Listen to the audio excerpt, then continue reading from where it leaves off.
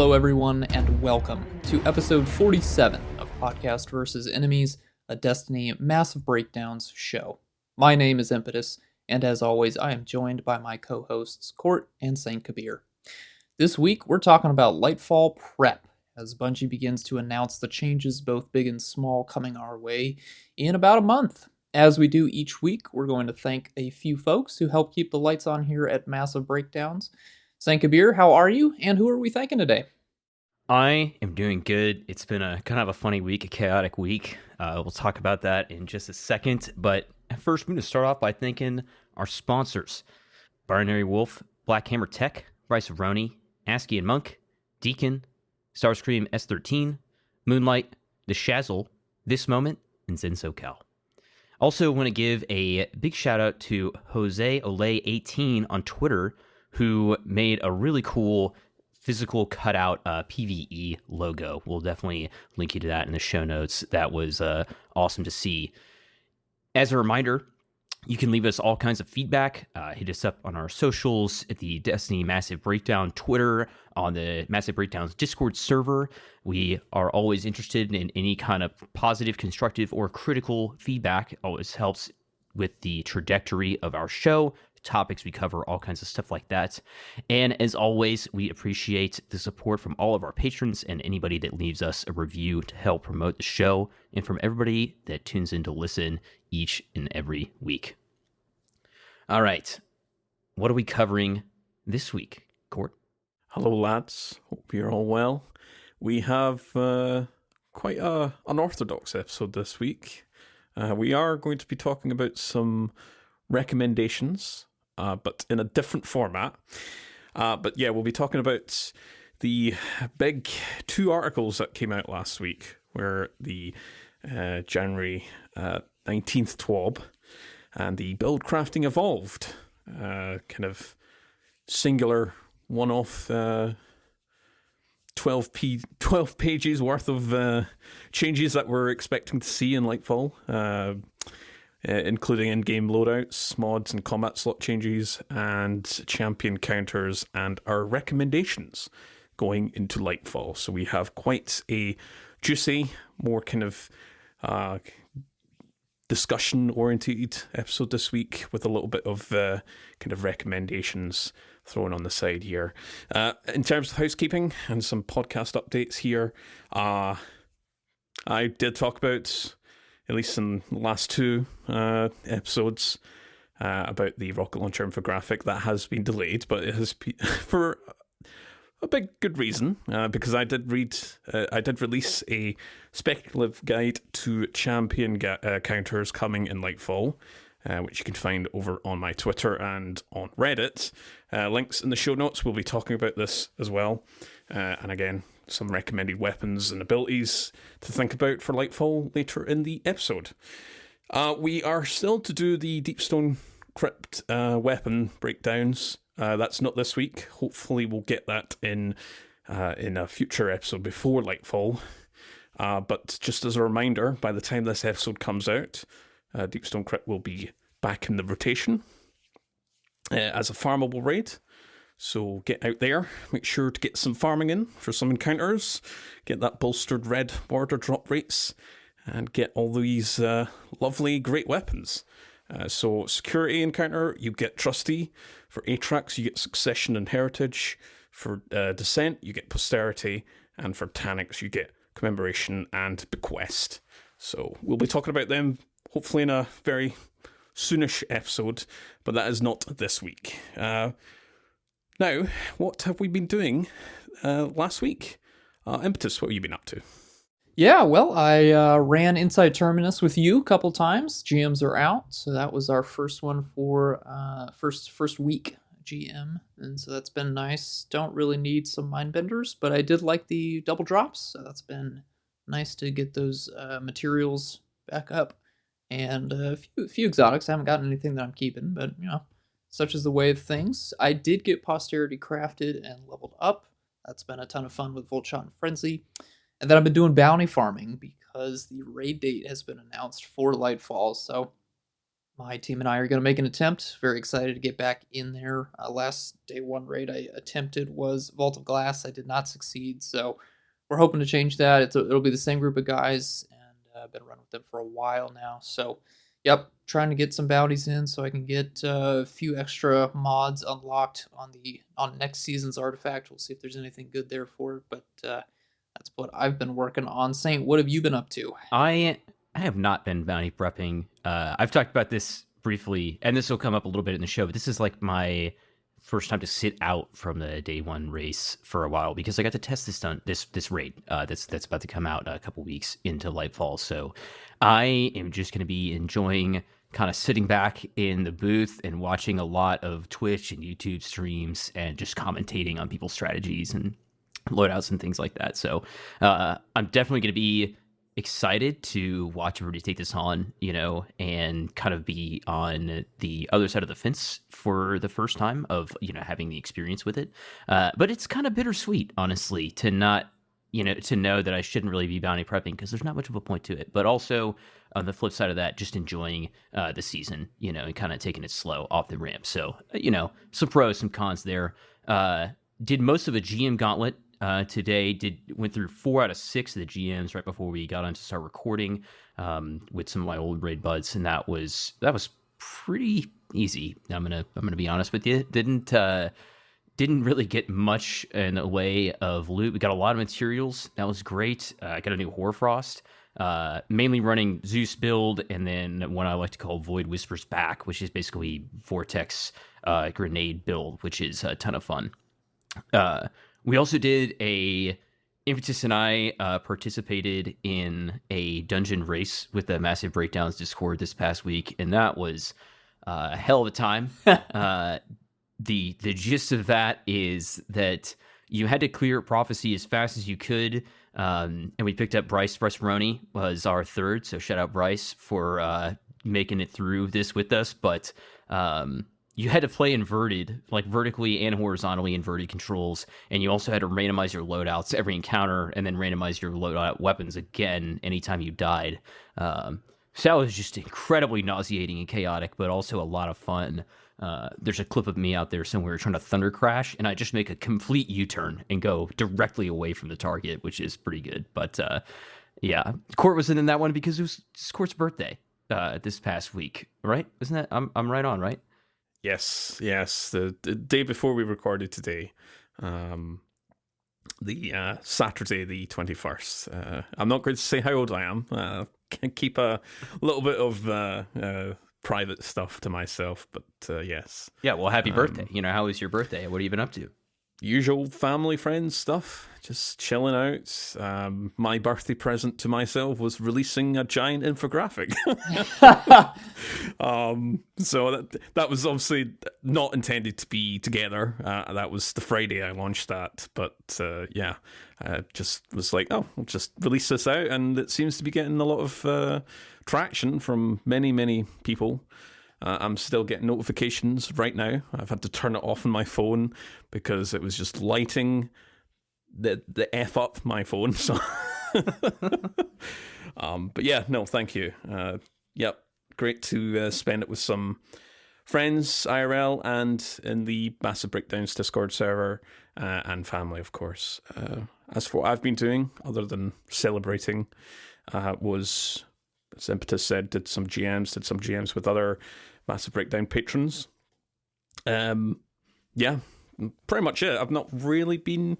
I think whenever GMs come about, it's kind of a one step back a little bit. Do a little bit of GMs, do a little bit of Heist Battlegrounds, but it is kind of, we're at that point where we start slowing down.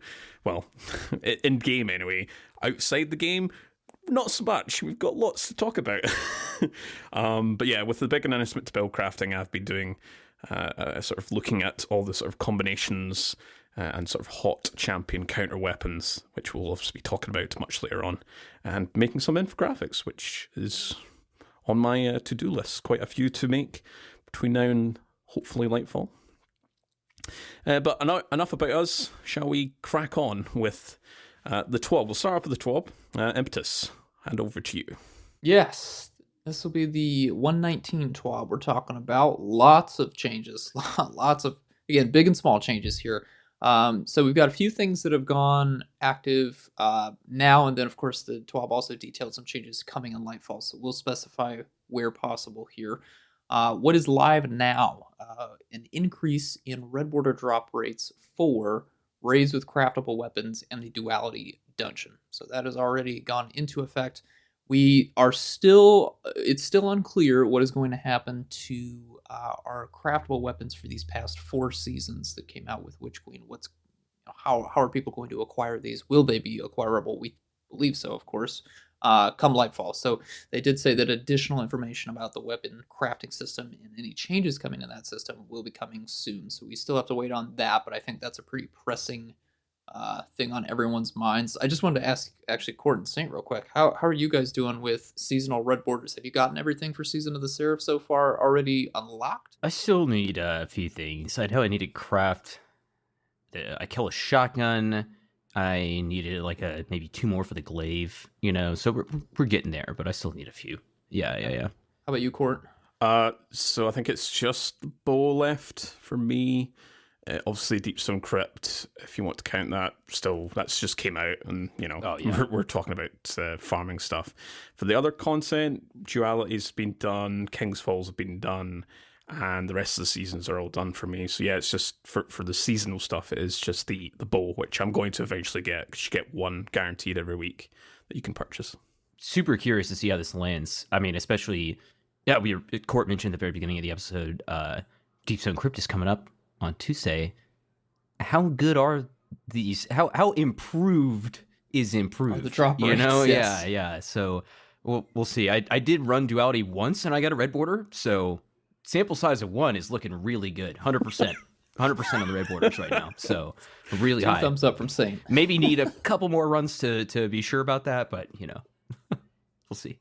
Yeah, I think it's I've been able to get everything unlocked at a pretty good rate, but yeah, hopefully, I mean, again, if there are any of the seasonal weapons from these past 4 seasons that you don't have unlocked, do be thinking about just unlocking them. You don't need to craft them, of course, but it's always nice to have an option available come a future season. So do be thinking about those. I know there's different websites. Of course, you can look in game to see what you have, which patterns you still need to unlock, how many you've got left, but do be thinking about that, because we are winding down in the season and we don't know what it's going to be like next year. So next thing, we got another I think a long-awaited, universally praised change is finally coming, and this is also already live. Blue engrams, the bane of many a postmaster, are getting capped. They're getting gutted. So after you reach the soft gear cap, blue engrams will stop dropping in the world, and the equivalent amount of additional glimmer will be given instead. Now, additionally, the gunsmith reputation gains have been adjusted by 25% to compensate for removing the reputation that you used to get when you dismantled blue gear. So you will still have a few blue engrams drop, but the vast majority should disappear from your player experience once you hit the soft gear cap. We are all excited about this. This has been a problem for many players of all skill levels, from all activities. They were raining down, taking up space, and that is definitely annoying. So hopefully this should be a pretty noticeable change again by the time this episode will come out. So very happy with that. Huge quality of life change. Another big quality of life change that is coming in Lightfall are some catalyst buffs. So if you played during year 3 or you did not play during year 3, you would have gotten the 4 seasonal weapons. That would have been Ariana's Vow, Symmetry, Tommy's Matchbook, and Witherhoard. That was the seasonal exotic. Those all came with catalysts. Those catalysts will now benefit from any season pass boost for catalyst progression.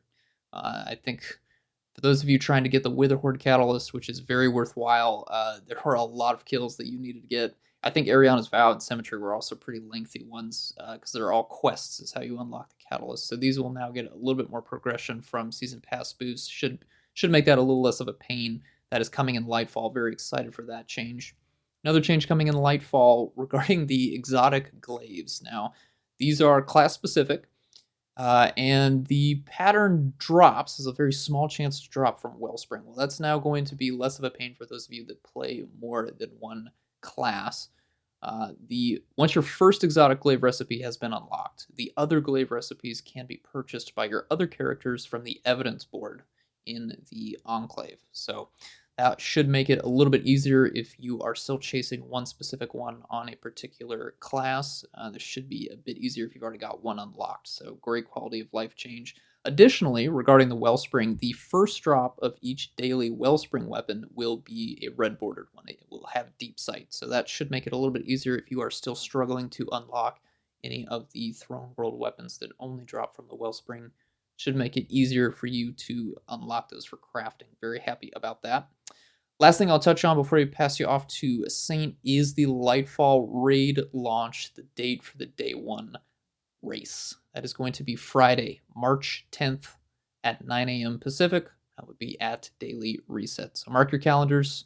If you are planning on doing it, remember to take time off, make time off, whatever your situation needs to be. Friday, March 10th at 9 a.m. Pacific. Very excited for that. Again, I'm going to be jumping in here. Saint and I we're swapping positions. Saint's going to sit this one out and watch, and I'm going to go in this time around. So very excited to jump in and see what raid awaits us come Lightfall. Saint, what do we have for our mid-season updates? Well, I was just going to say, if you were thinking to yourself, I have too much vault space, go ahead and just craft these glaives, all right? You can take up 3 more spots nice and quick, all right? It's a great way to pad that out a little bit. On a little bit more of an interesting kind of weapons side here, a lot of the weapons talk in the most recent TWAB is very Crucible focused, a lot of PvP focus, which is great. Honestly, addressing a lot of outliers in meaningful and thought out ways, which is great to see. A really interesting one, or 2 really interesting ones from our perspective, adaptive SMGs are having their critical hit multiplier increase from 1.44 to 1.5. So if you remember back when we were reviewing SMG like the Hero's Burden, right, and like Pizzicato are both adaptives, and they had better maybe stats in some ways, but worse critical multiplier and just outright damage. So that's kind of bringing them, making it a little more interesting. And Deadman's tail damage penalty for 5 stacks of Cranial Spike has been removed. There are a lot of other changes that are going on with DMT in a way that it's like critical hits from the hip and things like that, where to try to make that a little bit less oppressive in PvP, which is good because you can shoot somebody in the head from the hip from like 50 meters away consistently, and that's just like kind of ridiculous.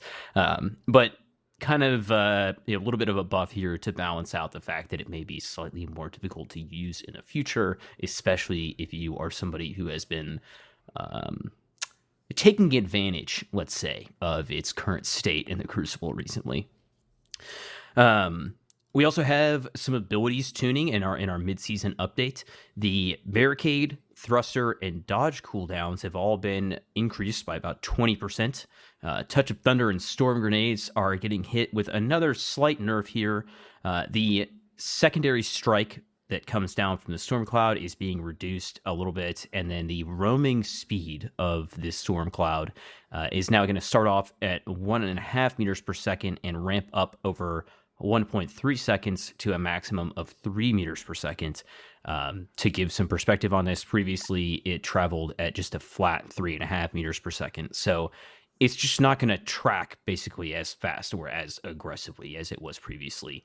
I don't think that this will be that much of a nerf to how it's used in PvE. Maybe the we'll see how much the second strike damage nerfs it overall, but I mean it's still probably going to be quite strong in PvE. They also mentioned a larger scale ability balance tuning for Lightfall at so probably be as we go into Lightfall. This is kind of just like a little prep, some outliers getting touched up here. Definitely expect to see a lot more balance changes as we come into Lightfall here. What was that? Just about 5 weeks away, right? We're really getting close. Also, some other things coming up in Lightfall I know that we've kind of talked about a little bit, and we've definitely been hoping for. Heavy weapon balance pass. subclass 3.0 verbs being added into several exotic weapons, and then some kinetic weapon tuning and uplift as compared to their energy counterparts. We've been sitting in a linear meta for a long time. Maybe a bit of a rockets meta now that we have a boss, a dungeon boss that has a crit spot that's very difficult to get to. Definitely feel like that was very intentional, but I know that we're all really looking forward to things getting shaken up a little bit in the heavy DPS world. Coming post Lightfall, they have a few more announcements to make for changes. A full auto melee setting, similar to the full auto setting that's recently hit the game this season. Another set of craftable reprise raid weapons with an origin trait. And then seasonal and mid-seasonal balance patches, kind of similar to what we've been seeing. You should expect to keep seeing that as we go through seasons. Basically, kind of two major balancing patches. One at the end/beginning of each season, and then in the middle of each season, which is really nice. Definitely appreciate the frequency. Real quick, I gotta ask. Okay, you guys, Impetus Court, you're gonna pick which raid is getting an origin trait. Which one are you gonna pick? We have like 3 options here, basically, with Garden, Last Wish, and Vault of Glass. So if you guys are gonna pick one, which one are you picking for a reprise? Ooh, I think I'm going to go for Garden. I think Vogue's still a little bit too fresh. I think Garden needs more of an uplift compared to Vogue. I think Last Wish, because of how that finishes up, there isn't technically a vendor at the end there. You choose a chest to drop the final reward, so there might be a little bit more of a kind of tweaking, technically speaking, to make that work for like a vendor. But we don't have one in Garden. It's just a chest at the end, which they could, it's less work to actually physically go in and change. I think Vogue's just a little bit. That Vogue might be like one of the last ones to get the origin trait kind of help. But Impetus, what do you think? Yeah, I mean, I want it to be Last Wish or Garden. Vault of Glass just doesn't need the update necessarily. The weapons are still quite strong. Faebringer's a monster. Goodness sakes, Found Verdict is going to be a monster again because of the slide shot nerf reversal. That's still the best aggressive ag frame shotty for PvP in the energy slot. So I'm not, I think that'll be great. As for the other weapons in Vogue, they're fine. I think it's more just like where their archetype sits in, but they're still some of the best. I mean, Praedyth is probably the best rapid fire sniper that we have, and I definitely think Last Wish or Garden. I'd probably put Garden in front as just those weapons don't have a place right now, and they very well could if they got a perk update. So that's what I'm hoping gets added in, but that is a ways off. Yeah, man, I'm like I'm very biased towards Last Wish, so I really want to see Last Wish get craftable weapons. But I think that Last Wish and Garden both have weapons. I would put them kind of on the same tier, and then I would agree with you guys and definitely put Vogue like up one tier. Like, what are you gonna make Fatebringer better? What are you gonna do to it, right? How can you possibly make something that has explosive payload and frenzy more desirable, right? And I mean, I get that if you want to craft it, right, you want to eliminate some RNG, sure, but again, in Impetus, like you said, Found Verdict is like the best aggressive frame, and it just got a slight buff to it. I think that Garden has really cool weapons. I really like like Prophet of Doom, and the hand cannon escapes me right now, but I really like those weapons right now, and I would like to see them improved. I would also like to see like this is like a big ask, but like add in like a heavy weapon or add in another kinetic weapon into Garden, because that always was kind of like people used to call it Garden of Energy weapons, right? Because for obvious reasons. But I think that it's a really cool raid, and I felt like it could use some more. So yeah, I would probably say, despite my affinity for Last Wish, I I really would like to see Garden reprise too, just because they're kind of always like on the precipice of being like really good, but in some situations just weren't quite all the way there. All right. Next up, we got new Bungie socials. So you have Destiny 2 team at Destiny 2 team, or user Destiny 2 team, and then they also have a Bungie.net account, Destiny 2 team 7714. Basically, this account is kind of like the community account to pair with like Bungie help, right? So instead of seeing like DMG, Chris, Cosmo, or Sam, or any of these, hippie reaching out to people directly on social media, we've got like a kind of a blanket account for like the community managers, which is honestly great. And I hope allows them to just feel like a little bit more open now that it's dedicated to like a specific kind of shared account that's a little more anonymous, which is, I think, like solid to see. So now you've got Bungie help for like outages, updates, and things like that. Destiny the game for like all your game news and announcements and big stuff like that. And then at Destiny 2 team for like community management and all those things. So definitely give those accounts a follow wherever you're at on the internet.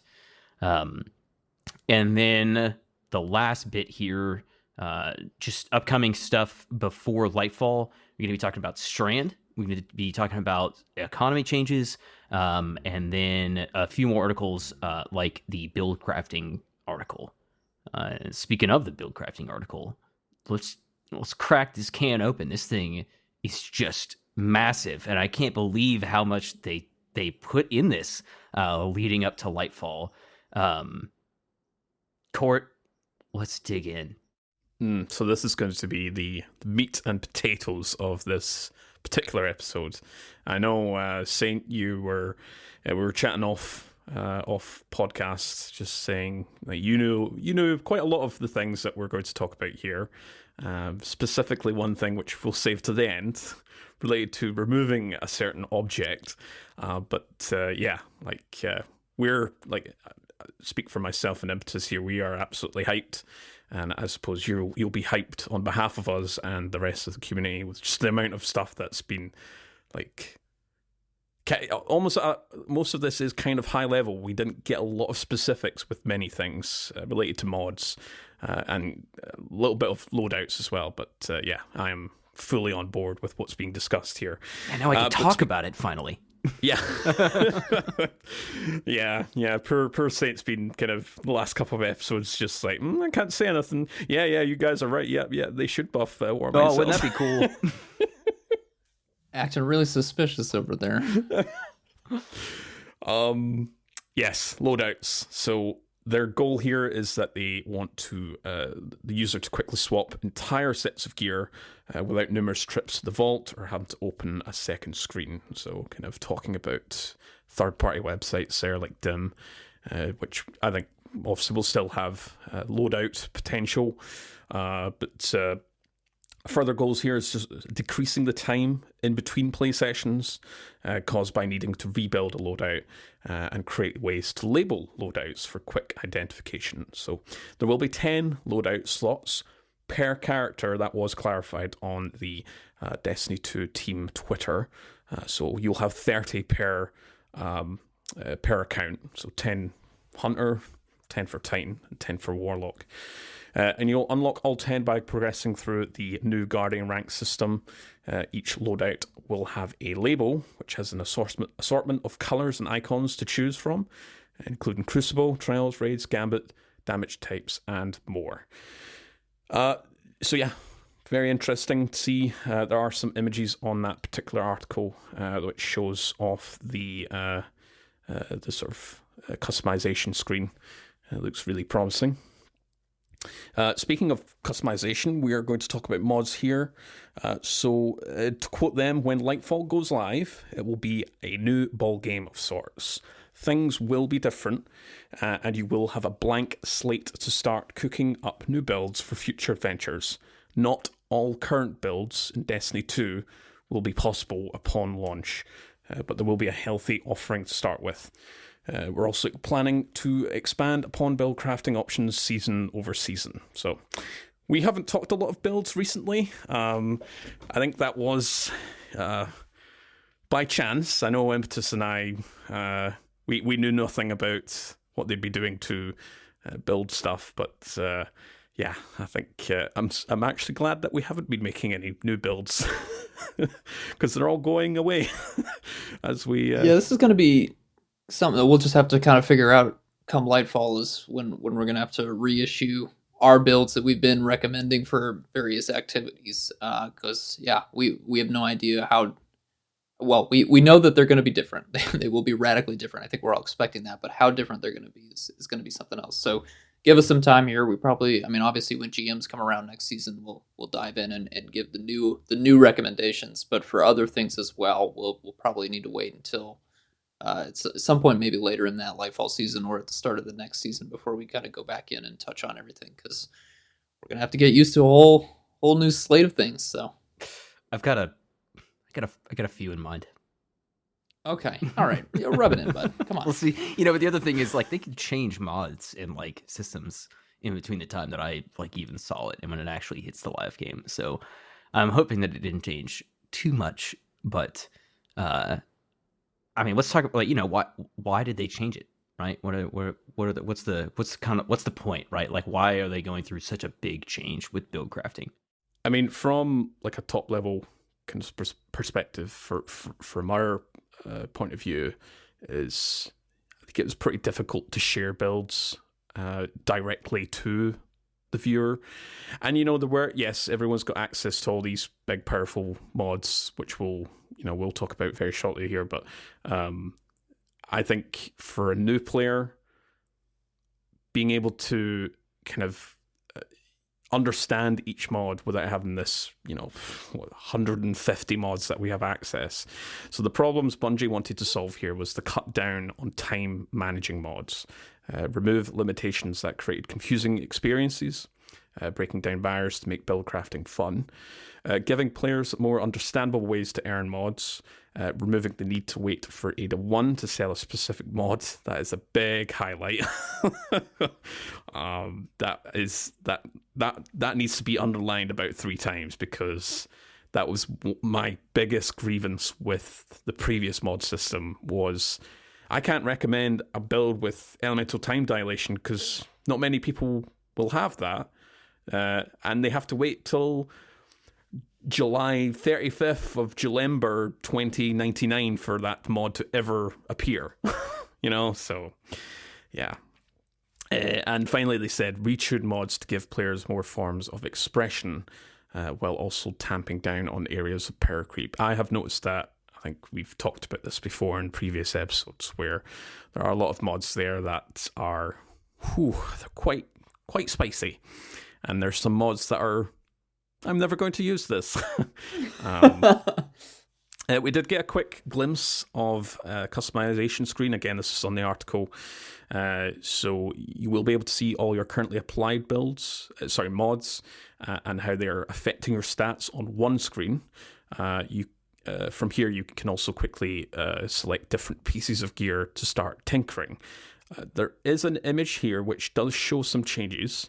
We obviously don't have a full list of everything that's getting changed in terms of mods, but on this image there is resilience +5 and +10 are now 2 and 4 energy respectively. Previously they were, or currently in this current sandbox, they are 1 and 3, and intellect +10 is now 4, and that's from 5. There is also a tab at the top of the screen which you can now switch over to see what perks and stats on your current weapons have, without having to switch back to your character screen. So everything's on all one, or at least one menu, and you can cycle and kind of search between both of those sort of subsections.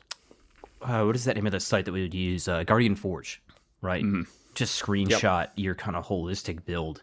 This is like in-game, you talk about sharing a build, right? You put together your whole mod and exotic set and armor. You got 2 screenshots, and that's it. Now you can, obviously there's like explaining to go along with it, but man, yeah, this is just such a massive improvement on communicating builds to people, right? Great UI too. I mean, it's Yep. They're obviously borrowing from the transmog screen, which they should. The transmog screen is very, very nice, very straightforward to understand. So, yes, very, very happy, very excited. This is all going to look so great. I can't wait to play around with everything and not have to look at my phone for dim and wait for things to update. So, oh, so excited. Yeah, looks really promising. So you'll probably be asking, how do you unlock these and start applying these mods? So again, as we talked about formerly, seasonal vendors and Ada 1 would provide you mods. Now all mods, except raid mods, and we'll talk about artifact mods, which have now changed to a different system shortly as well, will be unlocked by achieving Guardian rank 6. To highlight here, most players who have spent some time in the game will start out at this rank, so you will instantly have access to all of them, ready to go, have some fun build crafting as you do the Lightfall campaign.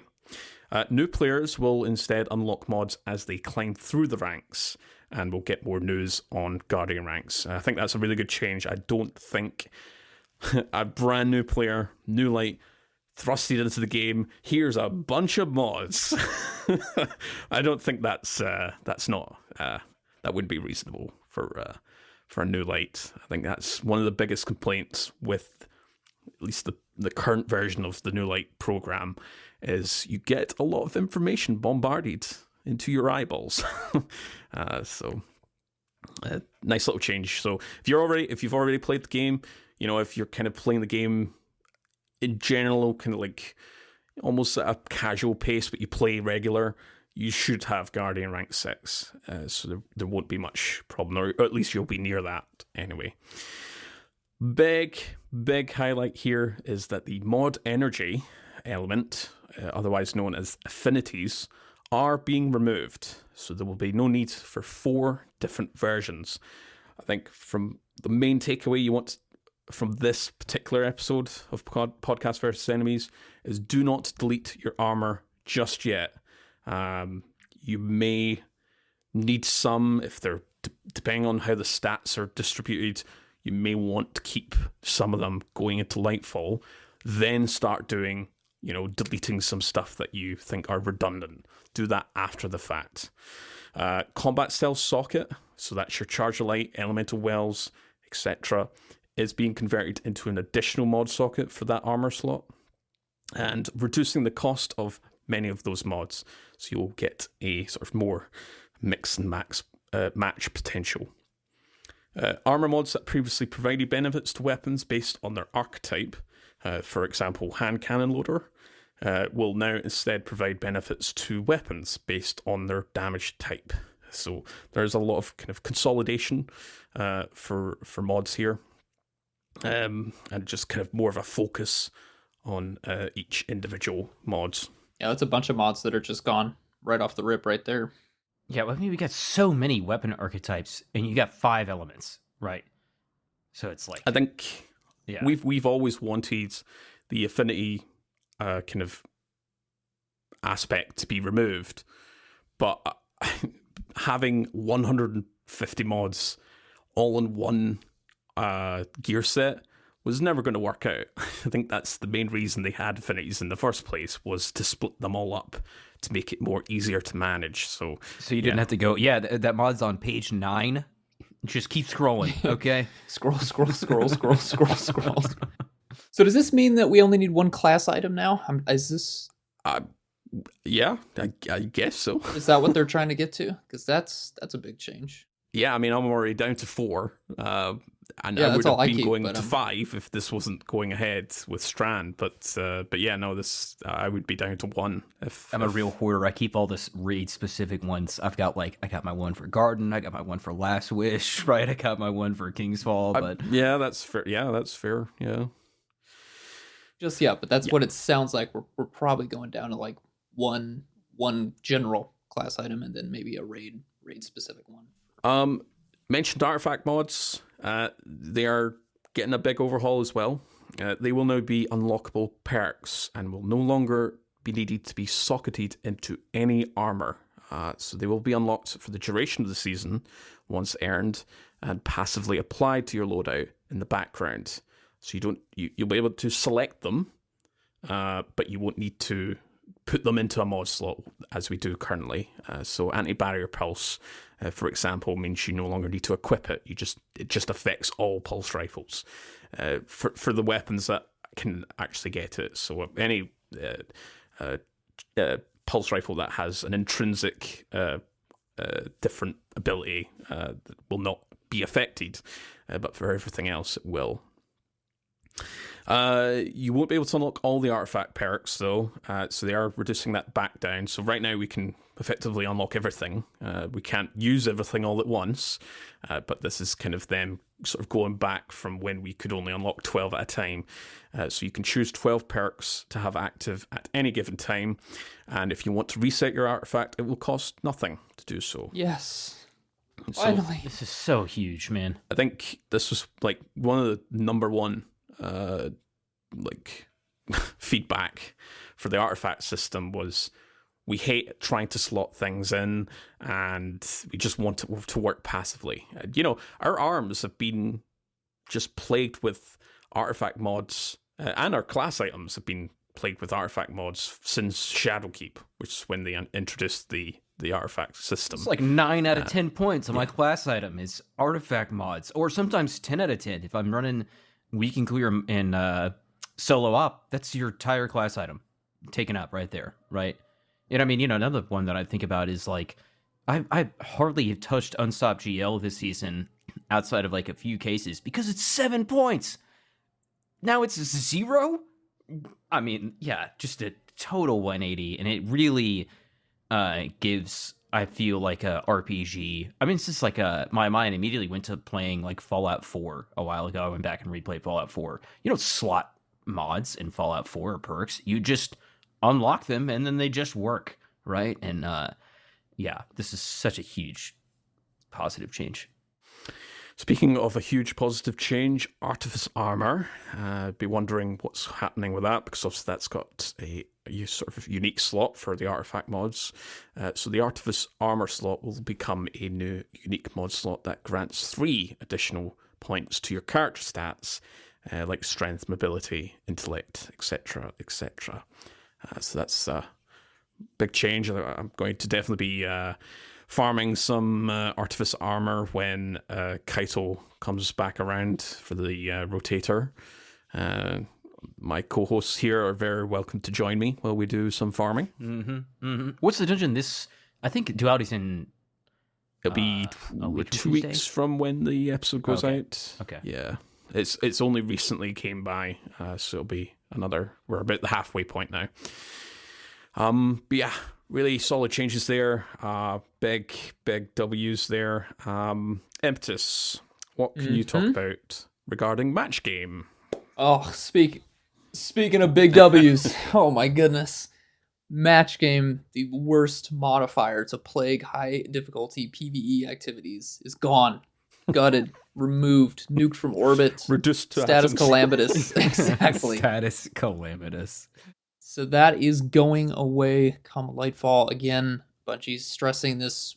We want more freedom for build crafting, and this was a very punishing modifier that would definitely have gone completely counter to all of the other changes that have come before it in the TWAB here. So very excited to see that. However, they are making a change to the base shield resistance, specifically in regards to non-matching damage types. This will affect the entire game, all activities. It's being adjusted here to 50%. Now that is that's the base shield resistance being increased to 50%. That is similar to what we currently have in Gambit. If you've ever played Gambit, fired a non-matching elemental weapon at a shield, that resistance that you currently see is what's going to apply to the entire game come Lightfall. So this is going to change some of our meta perks and origin traits come Lightfall. So I do want to take some time here just to touch on that real quick. We have several perks in the game right now that are very useful for breaking shields. Adaptive Munitions, Disruption Break, Under Over. Adaptive Munitions and Disruption Break have, we think of them as good perks. Adaptive is in particular a great perk. I believe that I can confidently speak for my co-hosts and say that Disruption Break and Adaptive Munitions are going to be podcast-approved perks come Lightfall, now that we're going to be encountering this kind of resistance everywhere. So do keep an eye out for these perks on weapons that you currently have in your loadouts and in your vaults, and then definitely keep an eye out for these perks as they show up on weapons in the future. Now, Under Over right now is still a very bad perk, but it could get buffed in the future, and so again, just be aware of weapons that roll that. The major issue for me right now is that the perk appears in column 4 on all but one weapon. Exalted Truth, the Trials of Osiris hand cannon, is the only weapon that currently gets Under Over in column 3. So I think that it will need to move over to column 3 for me to start considering it. It's also worth pointing out that Adapted Munitions did start in column 4 for most of the weapons back in Witch Queen when it debuted, but it is now moved over to column 3 over the course of several seasons. So perhaps Under Over will follow suit. Only time will tell. But those are the 3 perks that are useful for breaking shields. Again, Adapted Munitions is kind of the best. Very useful on stasis weapons. We currently have 2 stasis pulse rifles that can get Adapted Munitions. Definitely want to keep an eye out for that as it shows up on more stasis weapons, since it will proc on all of our regular elemental perks, elemental shields, since we don't currently have any stasis ones. Disruption Break is also extremely useful for that extra damage using a kinetic weapon, and kinetic weapons are getting tweaked in some fashion come Lightfall, so Disruption Break still is going to be an excellent option. We do have some other shield-related perks. Genesis, of course, is still in the game, still frequently a great pairing with Disruption Break, but that doesn't help you break shields. That just gives you an effect for breaking them. But still going to be a nice pairing with either Disruption Break or Adapted Munitions, or possibly even Under Over, we'll see. Origin traits. We currently only have one that really deals with breaking a shield. That's Rasputin's Arsenal. That shows up on the Iclos weapons, as well as the 7th Seraph weapons that are dropping from Spire the Watcher. That's going to be very helpful reloading your weapon when you break a shield. Quite useful. Just want to remind you guys, we've already talked about the Iclos weapons, but if we're thinking about breaking which types of shields, we do have 2 solar options in the Iclos Sniper and the Iclos Shotgun. The Iclos SMG, of course, is Arc, and the Iclos Hand Cannon is Void. The 2 7th Seraph weapons that we have are kinetic, so probably not going to get to proc Rasputin's Arsenal on the 2 7th Seraph weapons as easily as you would on the Iclos, but just want to remind you guys about those. Make sure you craft them. That's going to become a very helpful origin trait to have come Lightfall.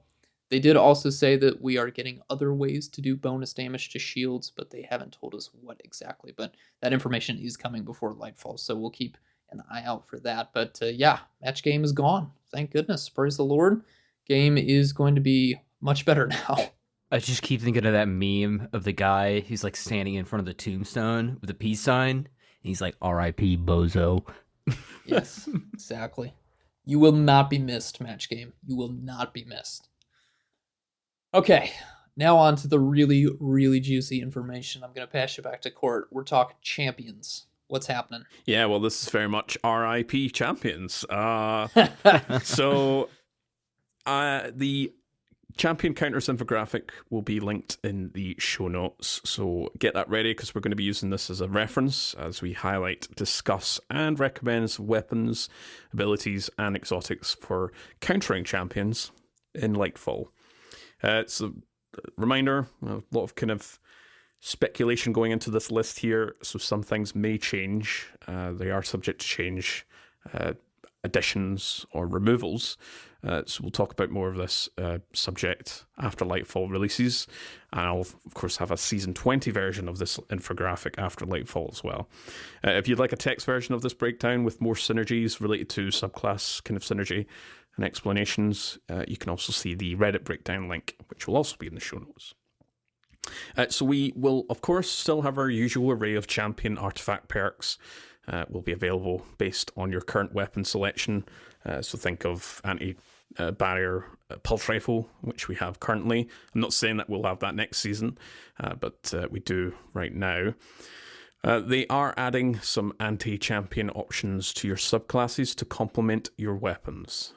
So as a kind of high-level overview of what to expect for barrier piercing, you will be able to pierce your Radiant, which is a solar subclass verb, void volatile rounds. Now, explicitly mentions volatile rounds on your weapons, not your void volatility from abilities. So think of Controlled Demolition or Mobius Quiver. They are excluded. If they are included next season, that's great stuff. But the language that they use basically just referring to volatile rounds. We will have a strand verb next season that deals has potential against barrier champions.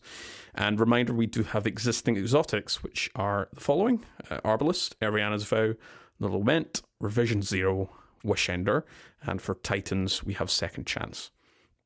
For disrupting overloads, we will have the Arc Sandbox verb Jolt. We'll have the Void Sandbox verb Suppression. Stasis has got Slow, and existing weapons and exotic armor we have is Divinity, the Monarch, Thunderlord, and for the Warlocks we have Secant Filaments. And for staggering unstoppables, we have Arc Blind, we have the Solar Ignition verb, we've got the Stasis Freeze into Shatter. So there's a little bit of a kind of combination here. You'll have to freeze an enemy and then shatter them. We'll also have a strand verb, and existing weapons and exotic armor we have is Bastion, Devil's Ruin, Malfeasance, Leviathan's Breath, and of course, hunters have Atheros' Embrace. Saint, we may have some unconfirmed and potential exotics. What can you tell us about that? Yeah, we have kind of a little bit of a look forward on some weapons that are going to be getting updates as we move into Lightfall.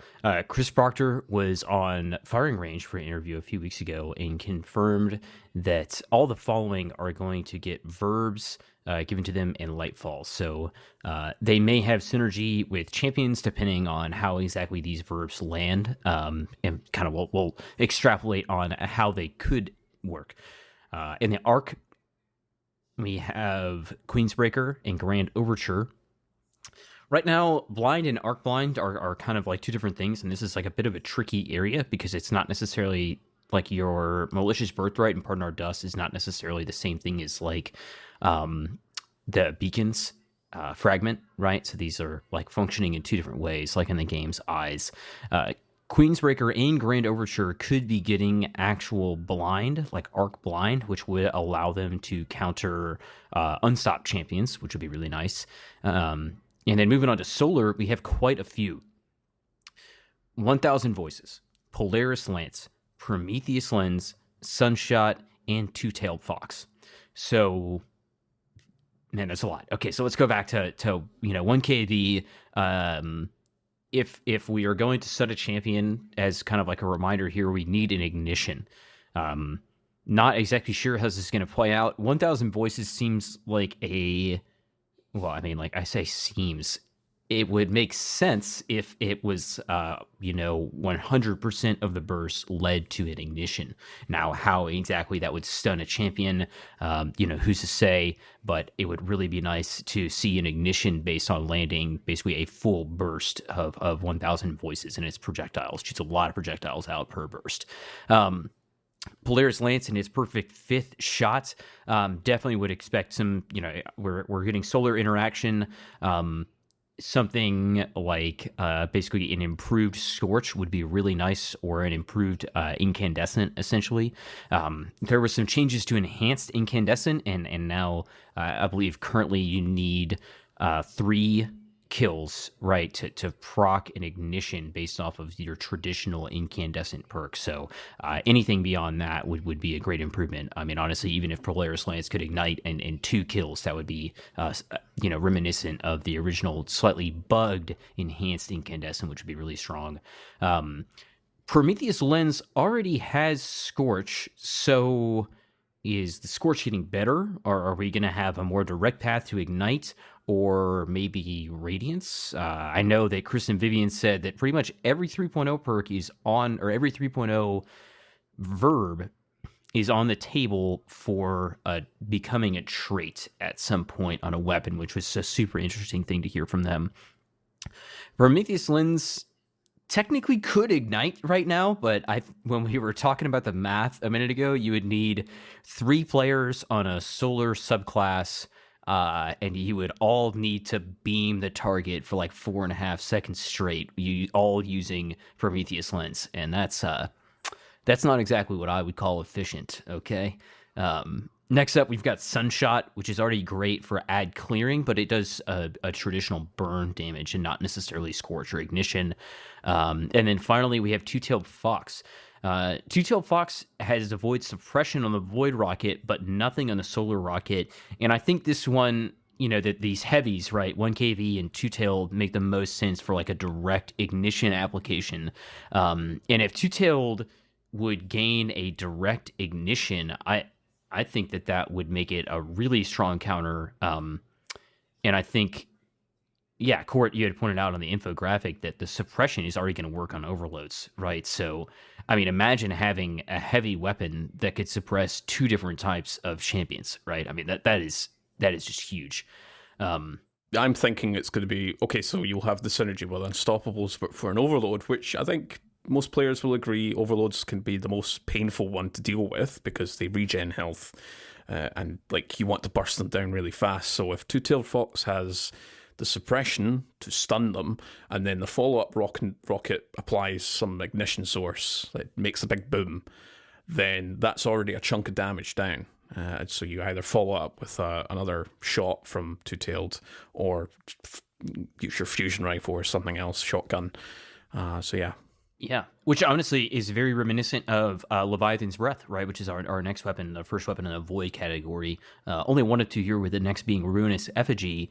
But if we kind of look back at Leviathan's Breath history, right, there was that update to make its kind of secondary piece of damage do much more damage, which is like right in line with exactly what Court was just talking about with Two-Tailed Fox, right? Like you get that initial rocket that suppresses, and then the second one does full damage because of just how unstopped champions work and the massive amount of damage resist. If you guys want to go back, I can't remember what episode it was we did our massive champions breakdown on, but that was earlier in a few seasons ago at this point. But moral of the story is, don't try to damage an unstop unless they're stunned, because you're going to have a bad time. Okay, so the way that those function is like hugely critical and could be huge. And yeah, Leviathan's Breath already has unstop, so interesting to see kind of what that would be. I mean, something like suppression would make a lot of sense. That would kind of just keep going on a same vein, but I don't know what void verb that would get. And then yeah, finally here we have Ruinous Effigy. I don't even know what to make a Ruinous Effigy. Man, it's just weird. Do you guys use this thing? What? Of course I use that thing. It looks great, dude. What are you talking about? And it's okay. It's one of the disappointment in Saint's voice there. No. It's one of my favorite trace rifles. Like, it doesn't have sandbox synergy yet, but I think it feels the most exotic out of the 5 that we've got now. It's 5 of the exotics anyway, and just being able to pick up your dead foe as a collapsed black hole and then use it. It's great fun. It is very exotic. I will agree with that. It is very exotic. It's got the mini game aspect to it. Like it's so great. Yep. Yeah, absolutely. As Datto says, he likes his mini game exotics, and so do I. So we don't know what it's going to get. I think Leviathans or any other void weapons, I think we've got quite a lot of suppression exotics already. So I think they might play into volatility or even go like it gives us Devour or something like that. I think it's weakened. That's what I'm betting right now. Yeah, I think call the shot, dude. would probably be the most. Is interesting because that Devour goes on that theme of like consuming, right? I mean, I don't know, but yeah. Or maybe it's both. Weaken and Devour. Yes, yeah. Now let's take like, it all. Okay, I am always going to be using this thing. Now that would get me throwing some grapes around. Okay, you put Weaken and Devour on this thing, and I'll. Yeah, all right, bandwagoner. Don't get out of here. All right. Okay. Now this is probably our biggest piece of like getting ready for this new system, right? Sorry to interrupt. I should point out that there are more exotics that they're still to announce. That wasn't the full list, so there'll be more that are kind of unannounced at this time anyway. Yeah, and I mean, this is like looking at these weapons. This is something that we were like pretty critical of whenever the 3.0s were being rolled out. Is that there was so much like legacy damage stuff that was just not connected. And I think the reality of that is just it was a lot of backlog. It's a massive list of things to go through and change, right? And why we're finally getting here. Solar's got primarily most of the exotics here, and that was when we were most critical, because we talked about Polaris Lance and 1000 Voices and Sunshot. Those were the three big kind of weapons, or like, why has it got some sort of solar synergy back in season 17? So yeah, took 3 seasons, but we're reaching a good point for some of these exotics. All right, yeah. Now we are jumping into our looking forward to this new system. What are we recommending that you bring into Lightfall to get ready to counter some champs with? Right now that we've kind of been given all this knowledge, we've got a month or so left in our current season. We've got, I mean, basically we have a lot of perks that have very specific interactions with this, and we have some that have not so specific or direct interactions with this. So we kind of want to just get your mindset ready for like what you should be looking for now, and then also like what to consider in the future now that just champion interaction in general has just been blown wide open in this new sandbox, which if you're looking at this infographic that Court has created, you can definitely tell it's been blown wide open. So starting off with our just kind of blanket perks here, Vorpal, spec mods, and then stunning recovery, right?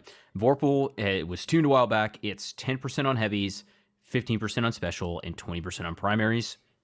For our spec mods, you're getting 7.77% repeating, I'm sure, on major and big one spec, which is major, or big ones is just major and boss combined. And then you're getting 10% on taken spec, depending on what you're running into there. Stunning recovery is, specifically what it's doing is when you stun a champion, it's going to refill your magazine. It's going to give you 60 health points outright, and it will give you plus 40 recovery for 3 seconds. This is a historically very niche thing that has become much more evergreen, right? Now that as we get into some of the changes of way that these weapons are working, basically anytime stunning recovery is coming up on a Nightfall weapon, you got a big buff, just, kind of adjacent to the way that all these things are working. Really huge. Barriers. So this is kind of a whole section here. Adaptive munitions, damage buff versus the shield, right? That's gonna kind of vary by weapon. Disruption break. Destroying the shield is gonna make them 50% more vulnerable to kinetic damage for 5.5 seconds, which if you're using something like a burden, is an Aegis burden or something like that, that could be a massive burst damage dealer right there. Genesis and Rasputin's Arsenal, which came up just a little bit ago in that section where you were talking about shields in general. Impetus was talking about that. You destroy the shield, it's going to reload partial or the entire magazine. Turnabout, destroying the shield gives you a standard non-void overshield for about 10 seconds. Under over, 10% increase to shield damage. Armor piercing rounds will give that plus 5 range kind of as a standard bonus, but then also can over penetrate enemies once per shot and give 5% increased damage to shields. So using anti-barrier weapons with armor piercing rounds is just always a good call. So why is it that stunning recovery and some of these other weapons are so much more valuable here? Court, what can you tell us about some of the upcoming changes to barrier champs and how we interact with them? Yeah, so we don't know anything about the Strand Verb, so we only know 2 of them, and they're actually the least, at least in terms of synergy of things that can give you Radiant and Volatile rounds, it's least out of the other 2 champions, but I mean, really but you can do Radiant on any weapon, so it may be a solar verb. You may need to be on a solar class to get it or receive it from a solar ally, but any weapons plus stacking any sort of damage perks like Vorpal or debuffs, etc., you'll have that barrier champ dead really quickly. For exotics, we're looking at Rain of Fire, looking at Vex Mythoclast, Jotun, Merciless, Sleeper Simulant. Rain of Fire, just as a reminder, doesn't. So you proc the effects by using a LFR or a fusion rifle, but that radiant affects all weapons. So again, just to put this in perspective, yes, it's a solar sandbox verb, but applies to everything: kinetic weapons, void weapons, arc, strand, stasis, void, solar, everything, the whole kitchen sink. Now, the language here, which I was receiving some messages and questions, is the language that they used here is, well, Radiant, your attacks pierce shields and stuns the champion. They weren't that explicit with just weapons. So, although I haven't listed any sort of other things, it's just the procs. So, marksman dodge, lightweight knife, Ember of Torches, and Rain of Fire. The implication could be that any damage, any ability damage, could shred a champion's barrier. But that's very heavy speculation. I wasn't too sure. The language is kind of half and half here. Another thing which is very specific with the language here is volatile rounds. So from your weapon, it pierces shields and stuns them. So we're looking at, for individual weapons, recommendations here, we're looking at Under Your Skin, Doom of Kilkis, Wilder Flight, which does roll with Repulsive Brace, so you can get that sort of triple synergy here. Epicurean also rolls Repulsive Brace as well, and the other half sword rolls Repulsive Brace. Collective Obligation does have double synergy with the Suppression plus Volatile, and Graviton Lance, you could throw that on because it also has Vorpal Weapon. So for Hunters, very easy to get Volatile rounds with your Falcons, obviously. For our Titan and Warlock friends here, they are very restricted, at least in the current sandbox. We don't know what else may be coming, but in the current sandbox, you only have access to Echo of Instability.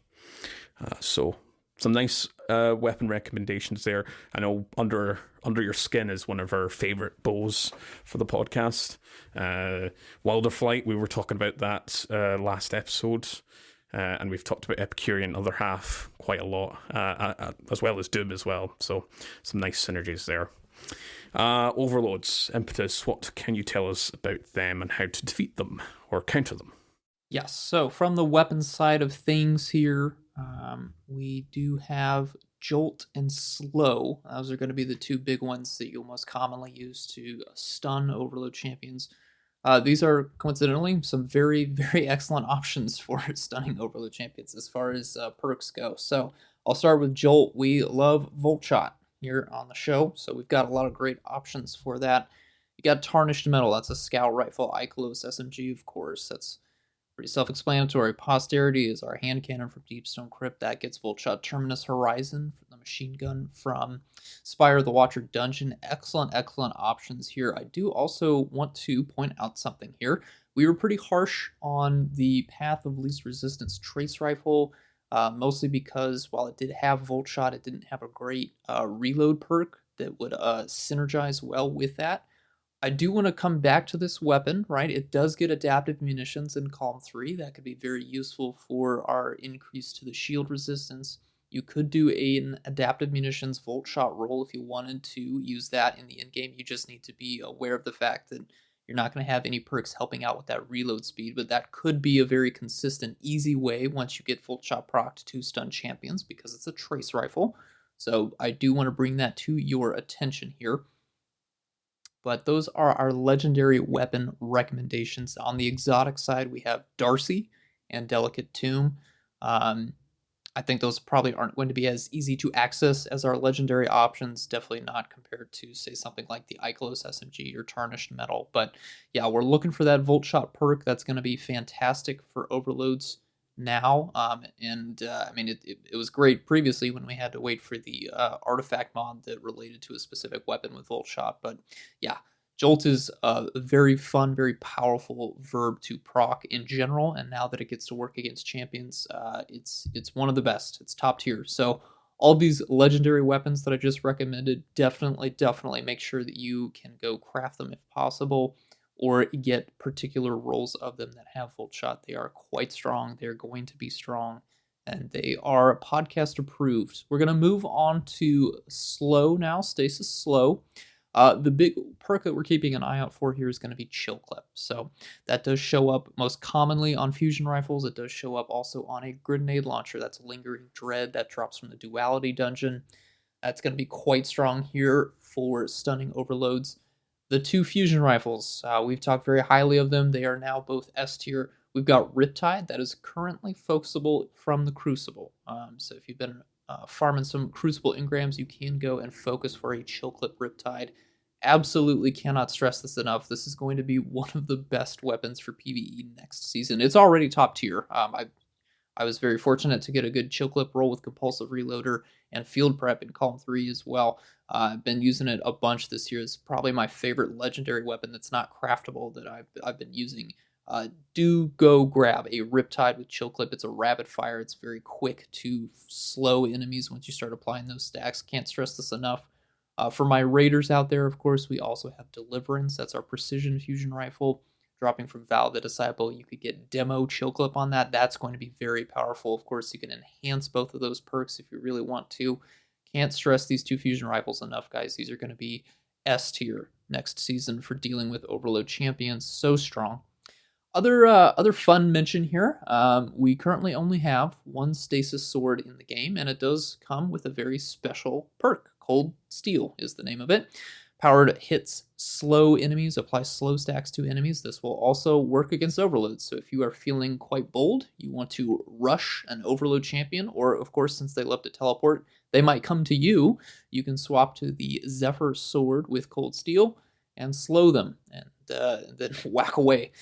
So that's also another thing to consider. Again, probably not as safe as standing from a distance and firing your fusion rifle or your breech-loaded grenade launcher with Chill Clip, but it's an option for those of you that want to have options. Of course, we can't not talk about Augur Scepter. The supercharged beam does apply slow stacks.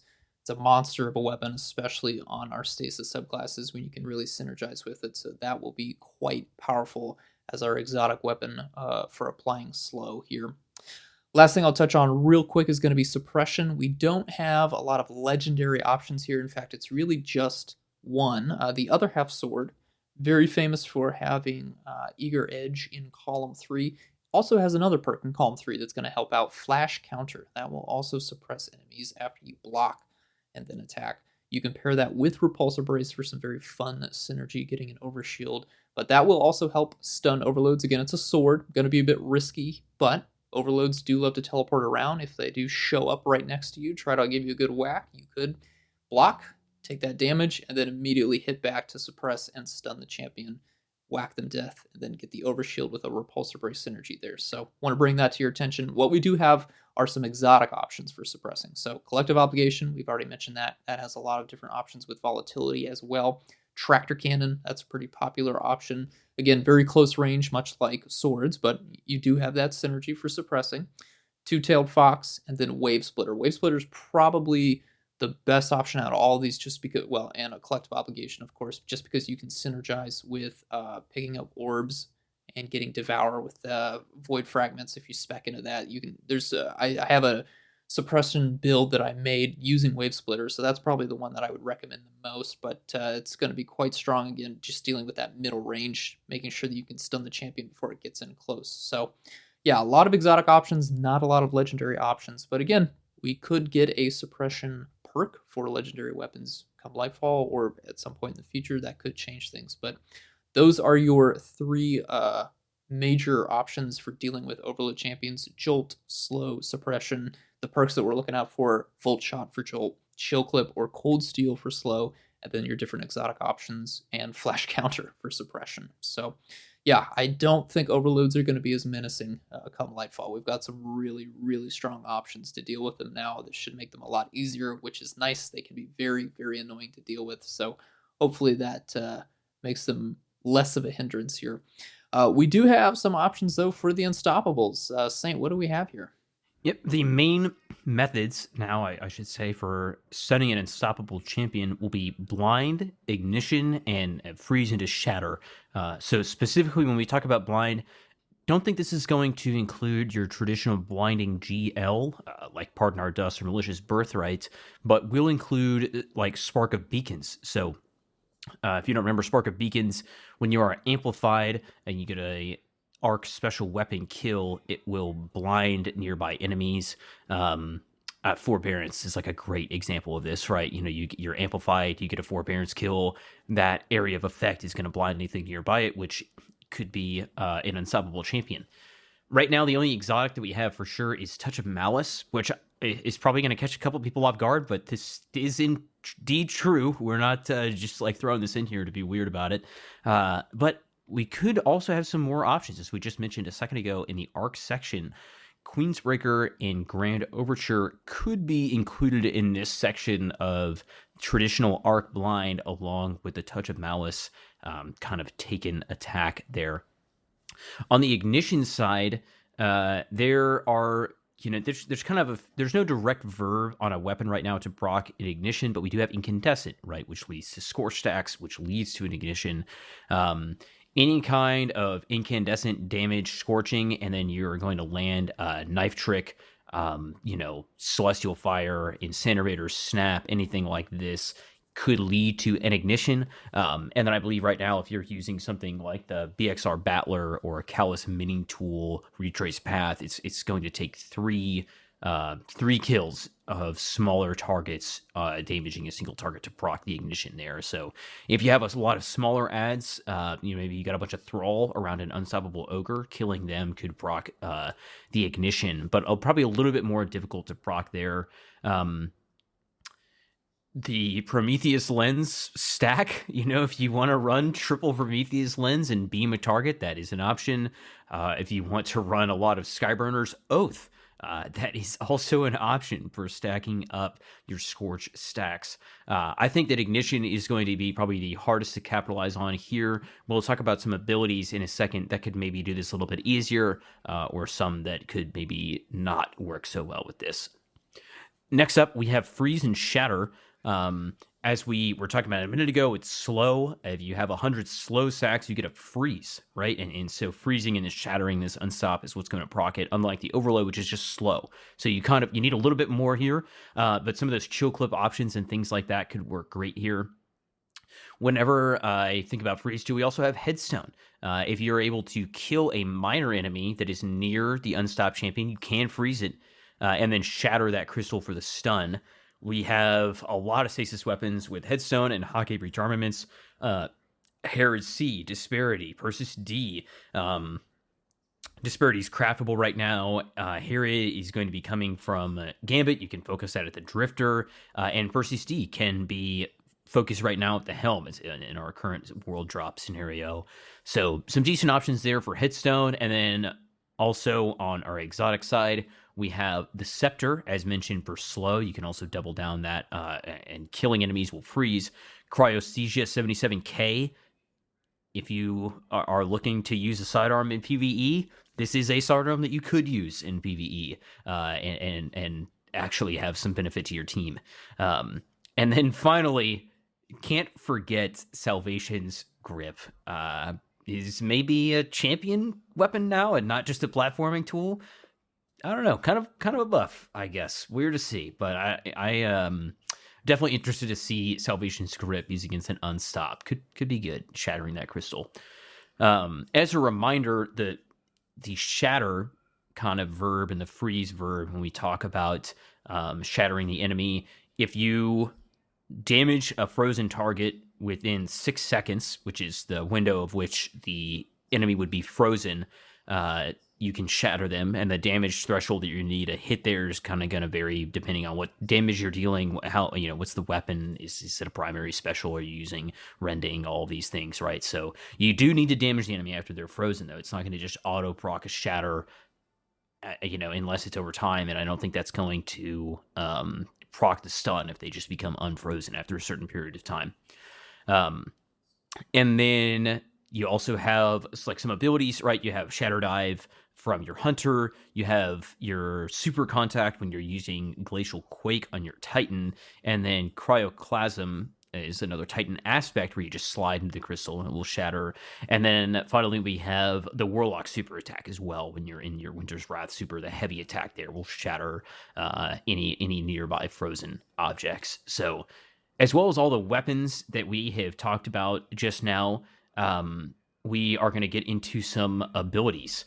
I'll also say that I'm trying to work on putting out some recommended anti-champion kind of weapon, little slide cards, so to say, and describing why you want to be investing in some of these. So try to get some of those out before Lightfall, kind of recapping on a lot of the anti-champion weapons and stuff like that we just talked about that you're going to want to focus on. But let's move on and talk about our individual classes and abilities that we can focus on to deal with these champions. Court, what do you got to say about hunters?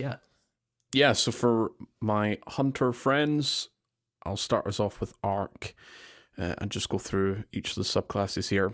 These are most of them, not all of them. I think all of them are listed on the infographic, but if you're not familiar with the icons, for Arc, you've got Tempest Strike, so that's Jolt for the Overload, Gathering Storm Super, Jolt for the Overload, Disorienting Blow, which is the blind contact. It's again a very close, it's a close range attack here.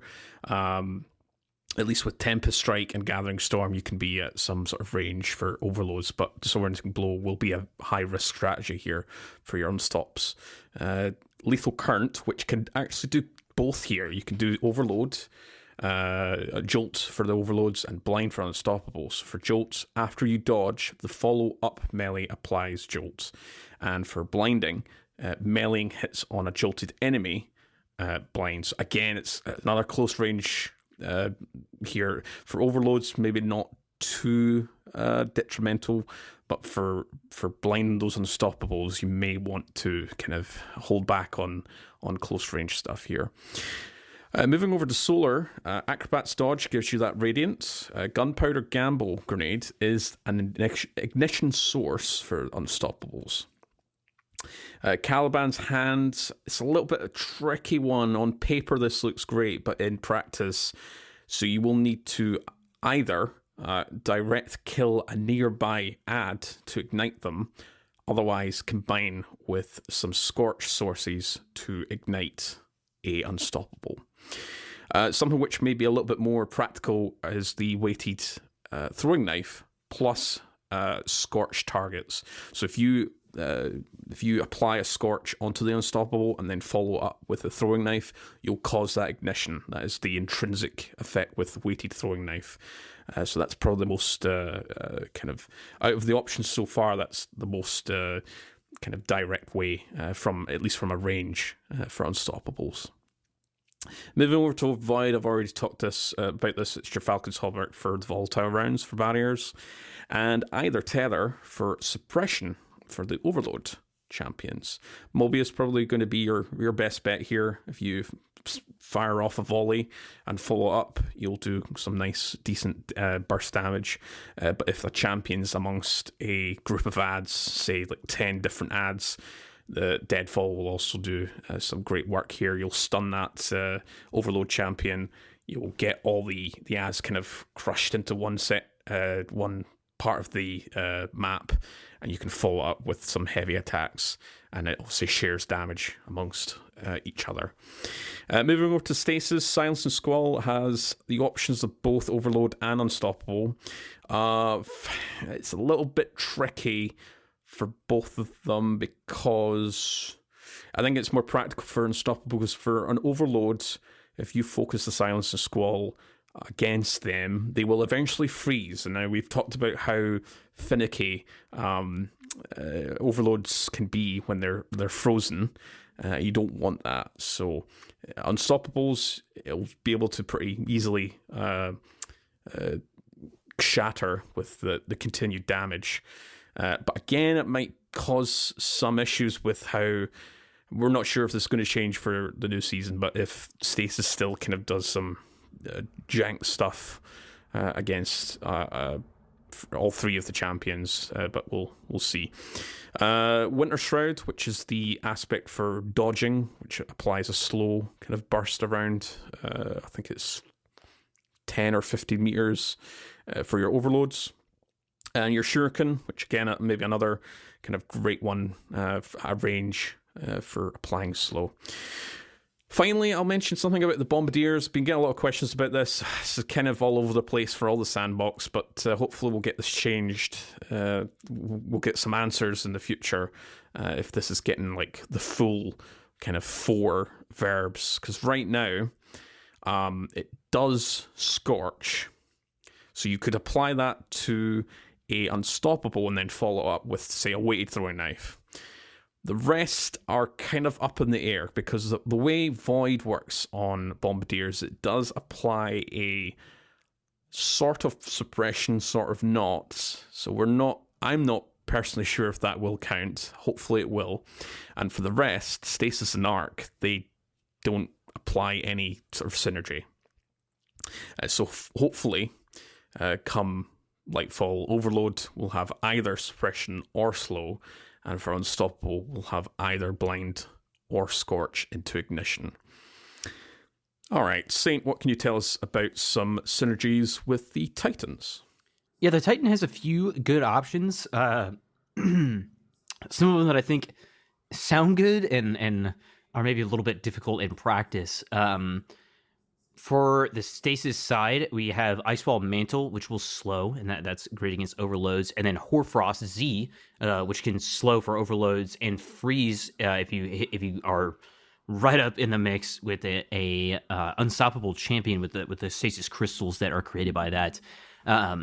Consecration is another one of the few abilities in the game that will just guarantee ammunition outright when you hit with both the kind of initial and then follow up, strikes from that melee ability. And then Hammer Strike, which can ignite any kind of scorched target. So that one could be nice if you, let's say you're using your BXR Battler, you get a, you get some scorch in a target, and then you're able to follow up with a Hammer Strike on the unstop. You can stun them. 2 things I'll say real quick. Getting in really close with the melee abilities on an unstopped champion is a tough sell. Just like Court was talking about with the Hunter melees. It can be, consecrating a unstopped ogre is not a, maybe optimal strategy, I wouldn't say. And I definitely think there's going to be some other things, our chill clip weapons and things like that are going to be far favored over some of these. It is nice to know that we have options. Another thing I want to mention that we had just been talking about this before we came on air, but Titans also have Controlled Demolition, which is great for making targets volatile. Controlled Demolition is not volatile rounds, and this is 2 very different things, right? Or not very different, but they are 2 different things. So if you are making a target volatile, I don't think that is going to stun them necessarily. But caveat here is, if you are a Void Titan, if you are somebody like myself that loves to play Controlled Demolition, then there is a certain pulse rifle, maybe, that I could recommend to you called Collective Obligation. Now, this is going to complete your circle for being able to stun champions with volatile, right? So if you are looking to kind of capitalize on that, you are going to need to use more than just your subclass, right? You're going to need to use Control Demo. You're going to need to use Collective Obligation to work against those barrier champions. But I know that was something that had come up a little bit and wanted to clarify on that. And I think there was also some just misconception about volatile versus volatile rounds and the kind of the way that damage is working. All right, that's all I got for Titans there. Impetus, what can you tell us about our Warlock options? Warlocks, we are the masters of overload. If you're looking at your fire team, you need some help with overload champions, you call on a Warlock. Let me tell you, we got that on lock. So I'll save that for last. We do have a few other options for unstop and barriers. Let's start with barrier here. We are using Radiance to pierce the barrier shields, and we have a little exotic boot that can help out right there. That's a Rain of Fire. So if you haven't unlocked this from Lost Sector, definitely go grab a pair of the Rain of Fire boots. That will provide radiant for all of your weapons, but again, it's useful for fusions and LFR specifically. So that's our big, easy access to barrier counters here. So we want to make sure that we air dodge, so it's going to be Icarus Dash. Then that will make all of your weapons radiant. Also helps out with the airborne effectiveness for fusions and LFRs. So again, we've already gone over the different exotic fusion rifles that you could pair with this, but it's going to be a very easy way to give yourself radiance, whereas hunters are able to give their whole team radiance through their acrobats dodge. So that's our exotic option there. We do have another exotic boot, the Secant Filaments, that will give all of our weapons overload when we cast a rift. Again, can't recommend this enough. Do go grab a pair of both of these boots. They are quite strong. They're going to be tremendously powerful against champions. Secant Filaments already were really strong against overloads, but we do want to make sure that we're grabbing good rolls of those because they're going to make everything even easier. Again, Secant Filaments can make other people who pass through your Empowering Rift, their weapons will now also have the ability to disrupt overload champions. So that's a more of a group-focused option as well. All right. Now let's quickly talk about unstop option here. We've just got the one. It's going to be on stasis. That'll be through our Winter's Wrath. We are going to use the light attack of Winter's Wrath to freeze, and then the heavy attack to shatter. That's how we'll stun unstoppable champions. There is also, the ignition side of things. You could use Starfire Protocol, right, and just start chucking out those fusion grenades, building up those scorch decks. You will eventually get to at least one ignition if you keep going using a weapon that deals damage over time, like Wither Horde or Anarchy. Build up multiple stacks of multiple charges of ignition here. I struggle to recommend that as a consistent way to do it, but on paper, that is how you could get to an ignition while you're on Warlock Solar subclass specifically here. As for the overload options, I'll start on Arc. We do have the Chain Lightning Melee that applies Jolt. That will stun overload champions. And then we do have the Lightning Surge aspect as well. That's just a different form of melee with the slide, but we're still using our charged melee that also jolts, which will be great for overloads.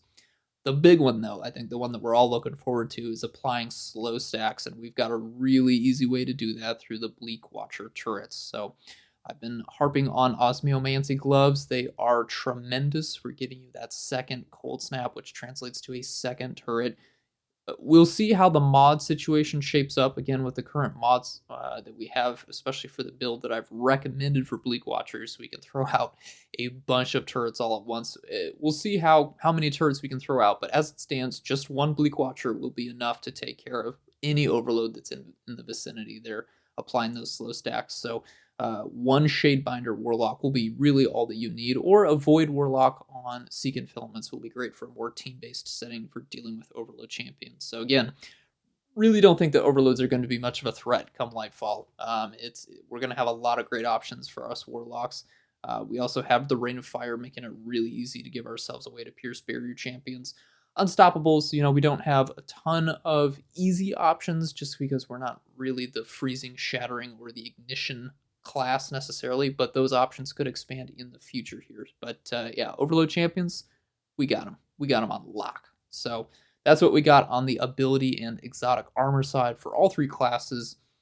Let's talk about mods again, because this is changing in a big way too, and we want to talk about how the mods are going to interact with one another. I'll pass you guys back to Court. Yeah, so that is the conclusion of the champion counters infographic. Feel free to share that with your clanmates, your Destiny friends, and that. Yeah, hit me up if you've got any feedback or questions, or hit any of us up if you've got any questions related to this subject. But yes, we're going to move over to the armor charge mods. So I think the best way to describe this from a high-level perspective here is that kind of Charge with Light 2.0. That's the sort of main kind of backbone to this new system. So Elemental Wells, Charge with Light, and they've sort of been combined into one big kind of overarching combat mod. So with combat mod socket going away, many mods that once belonged to the Charger Light and Elemental Well subfamilies of mods now fall under a revamped system known as Armor Charge and move to the armor slot specific sockets. So when you socket an armor mod that uses the Armor Charge system, that is what will give you access to this system. It's kind of similar to what we have with Charge of Light. You had to have 2 mods to kind of capitalize on that particular system, but for this one you'll just need 1, and that opens you up into the sort of the system that they haven't went into too much detail here. It's more of a kind of, again, a high level view of the things to come. So they gave an example here. So the functionality of taking charge, which is picking up an orb of power to gain 1 stack of the charge, is now granted to you whenever you have any armor charge mod equipped. Many mods that previously created elemental wells or gave you stacks of Charge of Light have now been converted to instead create a orb of power. You will now hold between 0 and 3 stacks of armor charge by default, which appears as a buff in the status effects area. By socketing chest armor mods, for example, charged up, you can increase your maximum number of armor charge stacks as high as 6. So some mods will provide a passive and ongoing benefit while you have any stacks of armor charge. When you have one of these armor mods equipped, every 10 seconds a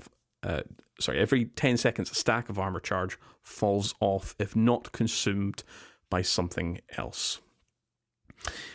Players can extend this decay time by socketing the extended charge mod in the class item socket, and they use another example here where Font of Wisdom in the head socket will provide a bonus gain to intellect while you have any armor charge active. Some mods will consume 1, 2, 3, or all stacks of armor charge on a particular trigger. Again, it's very similar to what we have with Charge of Light right now in the current sandbox. There are some that take 1 away, or some that will take all 4 stacks. So you'll get an instantaneous benefit when they do, whether it's 1, 2, 3, or all the stacks are removed, and you'll get rewarded for that. A few other mods, so stacks on stacks in the leg socket, Powerful Friends and Radiant Light in the head socket, and Time Dilation in the class item socket can modify the armor charge system for you without providing you with a specific benefit while you have armor charge. And a final point here, that finishers will now no longer consume your super energy, and instead consumes the new armor charge mechanic. So big sweeping changes here. Again, they didn't give us too many examples of like specific mods. I think it's very important to highlight that there will be a lot of mods that will be getting removed or nerfed or changed up to be completely different. I think that's the big kind of overarching kind of point to make here when we're talking about this new system. Is our builds that we currently have right now with, like, firepower is one of the big strong mods for grenade builds. They obviously didn't specify firepower here, but that firepower mod will be getting changed or removed into something completely different. You guys got any thoughts with this big sweeping change? Impetus, you go ahead, man. As Cortis said, set your expectations here. Things are going away. Things are getting tweaked. That's okay. I think I'm excited to see how this all works. But let's not get mad too early. But also let's not celebrate too early until we see where all the mods fall in terms of which armor piece they all land. They did mention already that Powerful Friends and Radiant Light are in the same space, the head sockets now. So you could put both of them in, presumably that you have enough space, but it's not going to be quite as easy as just sticking them in one of or 2 of the 5 available armor combat mod spaces that we currently have. So some combinations probably aren't going to work out in the same way, and that's okay. This is one way to address the creep that we have definitely been feeling in the high end here for some time now. So we'll see how the armor charge system lands in terms of moderating some of the power creep. But yeah, set the expectations is really my big thing here. So, I spent a lot of time with this. This was like a major focus when I was like working at Bungie, and this is definitely like this is mods 3.0, right? This is the new wave of build crafting, and it is a massive change. But I also, like, after spending all the time with this without getting into, like, specific mods or anything like that that will, like, prevent me from ever getting another game industry job, I believe that this is, like, the superior system, right? Like, this system is built with the idea of, like, a game that is going to last for a long time and, like, that can be built upon, even if it is very disruptive at first, like, right when people get into it, right? None of your builds that you have, like, in dim right now are going to be able to just directly apply, but people will figure out, like, how to kind of recreate what they've been using or what their style is. Like, you want to go for high damage output, you want to go for high grenade uptime and things like this, like, you're going to figure out how to do it in this new system. And I definitely see this as like as a better, just like kind of infrastructure, right, for mods and stuff like that, versus so many things that were made to last for like a season or a few seasons and ended up lasting for 9 seasons, or 12 seasons, or like whatever it's been. I definitely think that this is like the superior mod system and infrastructure. So that's my like takeaway there. We'll dive a lot more into it, and we will spend a lot of time talking about our new builds and kind of new focuses in ways to create old play styles in this new system as we go throughout the release of Lightfall in the first, month or so of Lightfall, and we really dig in deep on these new systems. I think it's important to say that in the article, they mentioned that they went through every single piece of mod and, weighed up the choice here. Do we keep this? Now, we know Warmind cells are getting chucked away, so that whole system is gone. But when it comes to Charge of Light mods and Elemental Well mods, like, how are we focusing this for Armor 3.0 or Mod 3.0? So I think that's very important to kind of highlight, is that, yeah, they went through every mod. We're going to need to tweak this. Where do we put this? We talked about Radiant, Charge, being in the same slot as Powerful Friends, which, a lot of people comboed both of them, and you'll still be able to do that, but there is a cost to doing that now. So I think also, I have made this comment before, I think it was to do with getting rid of some grenades from various subclasses. Like, I know Solar is one where we have quite a smorgasbord of grenades at our disposal, and I feel like that could have went down the same route, where do we need firebolt grenades with healing grenades, with thermite, with, there's just a lot of choice here, and I much prefer that. The impression I'm getting here is there's a lot more focused mods now at our disposal than some. We had mods before where it's like, I would never use this. And the natural choice, if I wanted to go for a grenade-based build, would always be firepower, So, yeah, I'm looking really forward. I think that's the magic as well when it comes to a brand new system where we're learning and where we're, build crafting. The first couple of weeks of Lightfall are going to be really interesting. And yeah, we will hopefully have some builds out, maybe not in the first couple of weeks, but sometime in season 20. And yeah, I'm looking forward to that particular, the fun and excitement of a brand new system and trying to find the best kind of mods and abilities. Yeah, there's a part of me that's like, I'm going to boot up Lightfall. I'm going to be sitting in orbit. I'm just going to start going through all the available mods. Like, I'm going to screw the campaign, dude. I just want to see what's available now. It's going to be day 4, and you're like, I guess I should start that.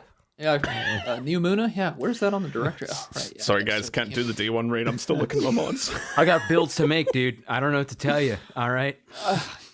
Gosh. We'll have a mods chat, once everything's on the table in public here. Yeah. But we have some more changes. We're not even done, okay? We're only halfway. Yeah. So another chunk here, Elemental Wells, right? Elemental Wells have been strong. They're strong. They've been strong for a long time. They've been particularly strong in the past, I don't know, 4, 6 seasons, depending on who you ask, how long they've been capitalizing on them and stuff like this. But While many of the mods that previously created or kind of benefited from the elemental well systems are being changed in and kind of working with orbs of power and the new, armor charge mod system in general, some aspects of elemental wells are going away and some aren't going away entirely. And they're kind of being shifted to like these element specific, class specific items, right? So whenever we look through our elements and we're thinking about how they would have previously interacted versus how they will in the new era, right? You've got ionic traces for arc. You have void breaches for void, fire sprites for solar, stasis shards for stasis, and then another object for strands. So some of these are very familiar to players, and I think that a lot of players that are familiar with the game will be able to kind of infer what these things are going to be like. If you're familiar with stasis shards and ionic traces, it's pretty easy to imagine what a void breach or a fire sprite would be like and how it would act. They give a little bit more detail here on this system. The ability to spawn these objects will not come from armor mods, but from your subclass. And the example that they give here is when Ember of Tempering is active on Solar Hunters, it will now create a fire sprite when you defeat an enemy with a solar weapon. Okay, so it's related to your subclass, it's tying into your element, and there's ways to build into it. Picking up these objects will grant ability energy or have other additional effects depending on your build. If you are running a solar subclass and you have the new Ember of Mercy fragment equipped, which also like, whoa, hold up, this is hinting at something larger, which we'll come back to in just a second. If you have Ember of Mercy fragment equipped, picking up a fire sprite will grant you restoration. All right, well, that sounds pretty strong right there. And the last thing that they mention here is the number of these types of interactions is going to be a little bit limited at launch, but this is a system that they are intending to keep building onto. So first of all, I think this makes a lot of sense. Stasis shards, ionic traces are, they're very organic, right? As opposed to mods and a lot of things like that. Picking up a stasis shard and ionic trace, it just happens, right? And you just get ability energy from it, and you don't really have to think about it as much. This is adding on a little bit to that, making it not quite as passive, right? Making it maybe a little bit more active you have to invest into. But also, they kind of just slyly sneak in, there's new fragments for the other 3.0 classes coming to the game, which is something that we have long speculated that 3.0 is kind of setting up the board for with the way that they did Stasis, and then they started changing all the light classes, and the thought was, okay, well, now that they have, they have this new framework, it's much easier for them to come in and add this, fragment of mercy, picking up a fire sprite, gets restoration. Court, Impetus, thoughts on our new kind of elemental objects replacing elemental wells.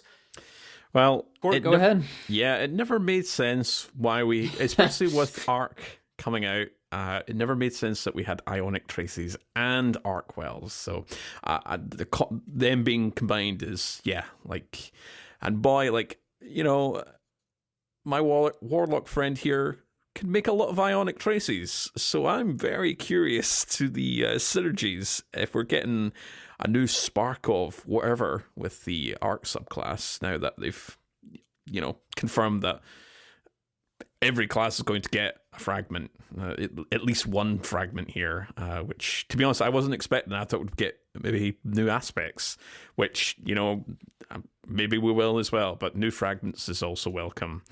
I said this just before we started recording, but I think this is it made more sense that it's now attached to our elemental sandboxes than being attached to our armor mods. I like the interaction of, being on a void subclass, but you could spawn solar wells, but in a kind of a practical sense, it just never really kind of gelled with me. I could put on, firepower, and stuff that procs off like solar elemental wells on an arc class, and it was just I don't know, it's never really made sense. So yeah, I am really looking forward to this, and just being able to pick up elemental kind of world objects to help with your ability regen or to synergize with fragments and aspects.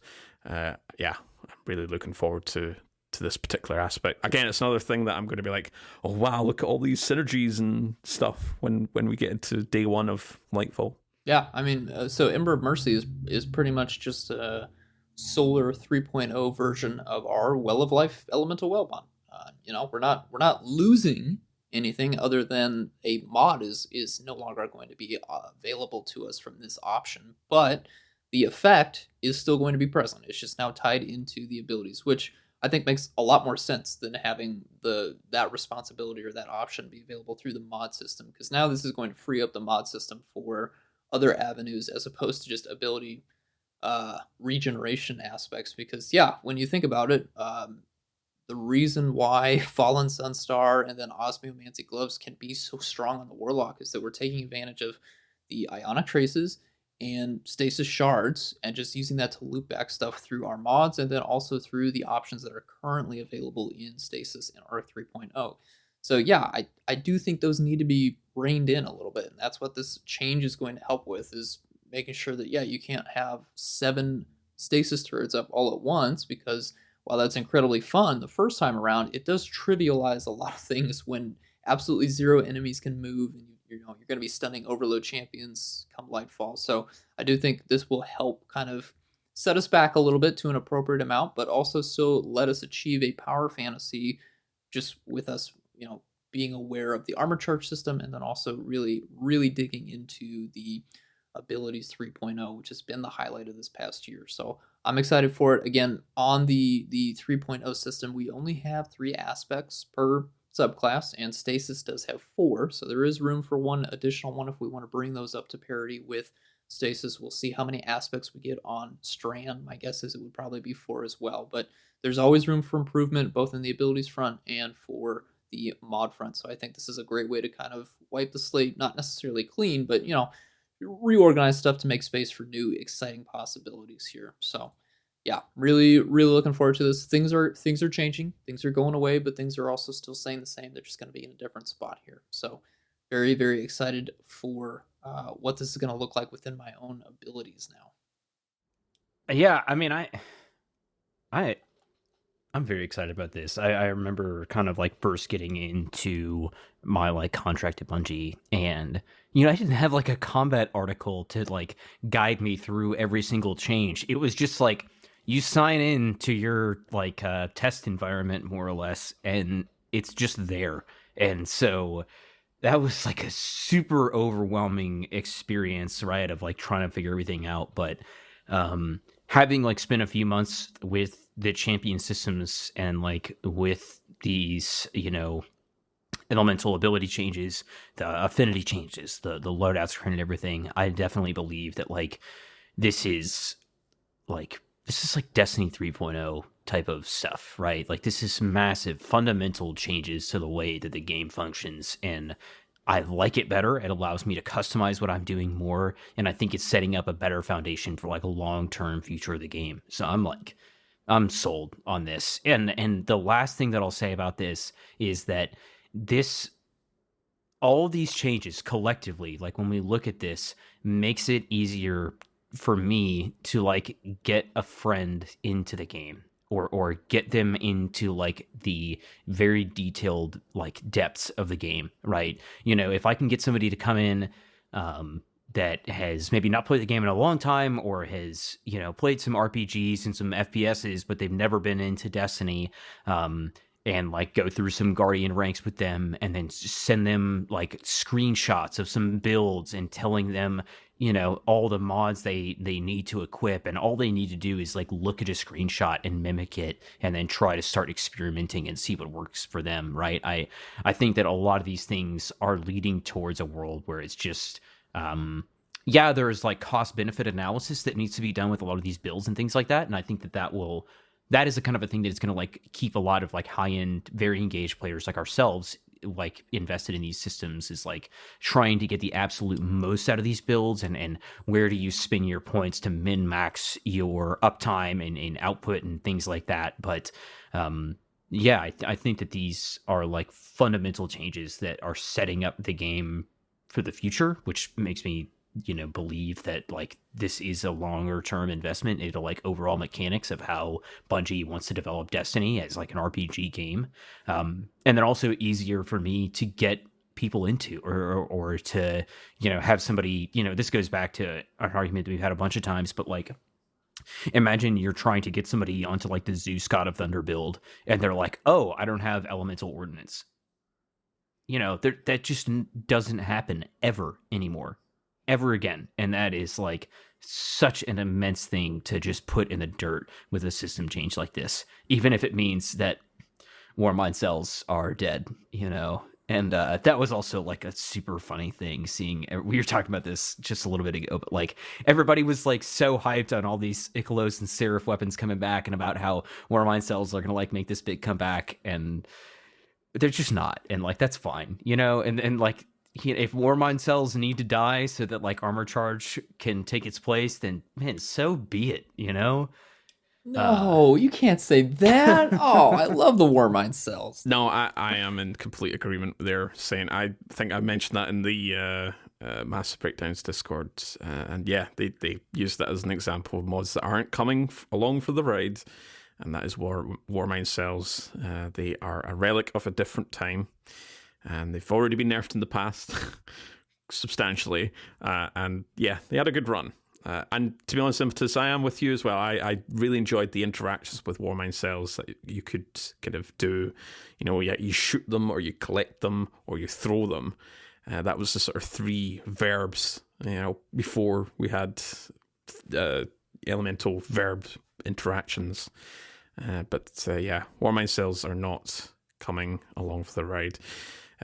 Just to wrap things back to what we were talking about earlier on about loadouts, I've just looked at the images here of the sort of mod customization, and yeah, like as you were saying, they're saying one of the big kind of issues was trying to get people that you may, we're well informed, and we talk about Destiny a lot, but for new lights, just having that, what does this mod do? Like, where do I find it? How do I share it?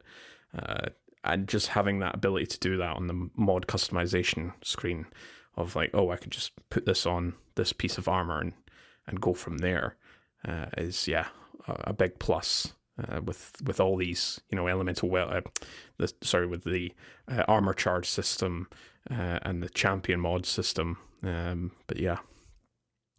At one point, I hope there will be an ability to like directly share builds from in-game, whether that's using like Bungie.net, and you can like use an ID to like, oh, here you go, Saint, this is one of my hunter builds. Oh yeah, that'd be great. It just gives you, okay, maybe not like more of a kind of focus on art mod distribution than anything else. Just like, here you go, Saint and Impetus, this is my hunter build with all the mods. Hopefully that's something that we get sometime in the future. They haven't explicitly mentioned anything to do with that, but it's just something while you were talking about like sharing and screenshotting builds for new lights. Yeah, I'm just thinking about the system kind of in a long term.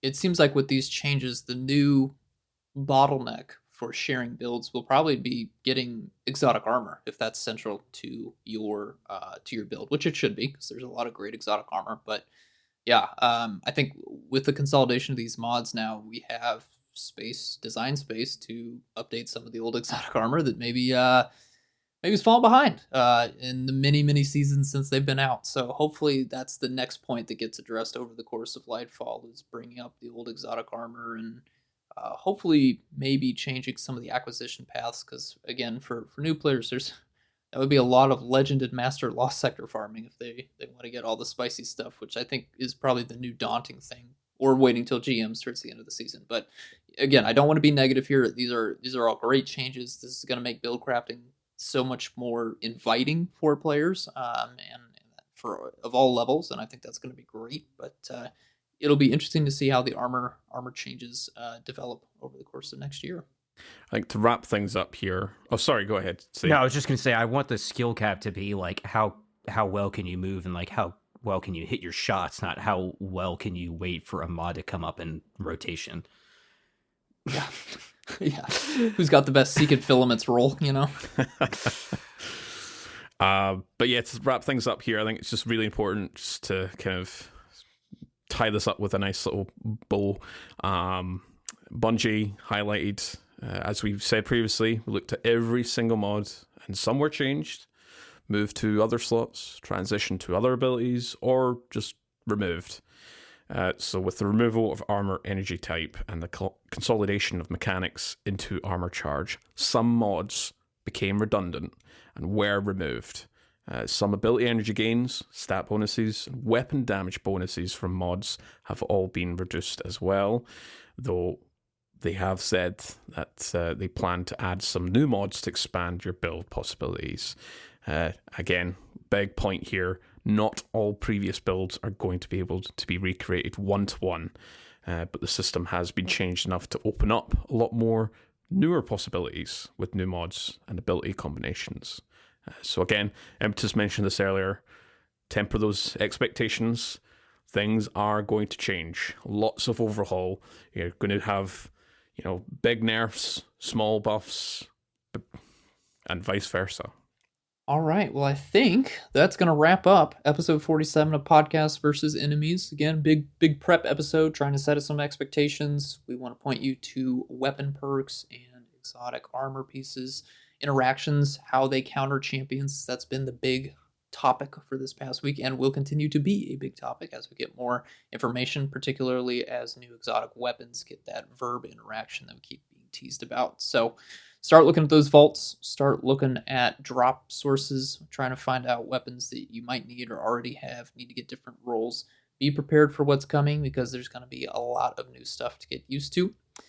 Until then, thank you so much for listening, and thank you to our audio engineer, Autodidaktos, for his work behind the scenes in making us sound awesome. We haven't forgotten about this season's GMs. We will give you guys an overview of loadout recommendations for each GM before the season is over, but for now, we are prioritizing Lightfall prep and any remaining weapon breakdowns that may need to occur. So, my name is Impetus. You can find me by that name in Destiny and on Discord, and as Impetus always on Twitter. Court, where can we find you? Yeah, you can find me over on Twitter as @CourtProjects and on Discord as Court. You can find my spreadsheet and infographics over on my sort of temporary home, which is my spreadsheets at the moment. Things are changing, but you can find that link over on the Massive Breakdowns website, along with other applications and spreadsheets to enhance your Destiny experience. Saint, where can we find you? Yep, my name is Saint Kabr. You can find me by Saint_Kabr on Twitter and YouTube, or hanging out in the Massive Breakdowns Discord server. We can't wait for Lightfall. Can't wait to dig in even deeper on all these massive combat system changes. Until next time.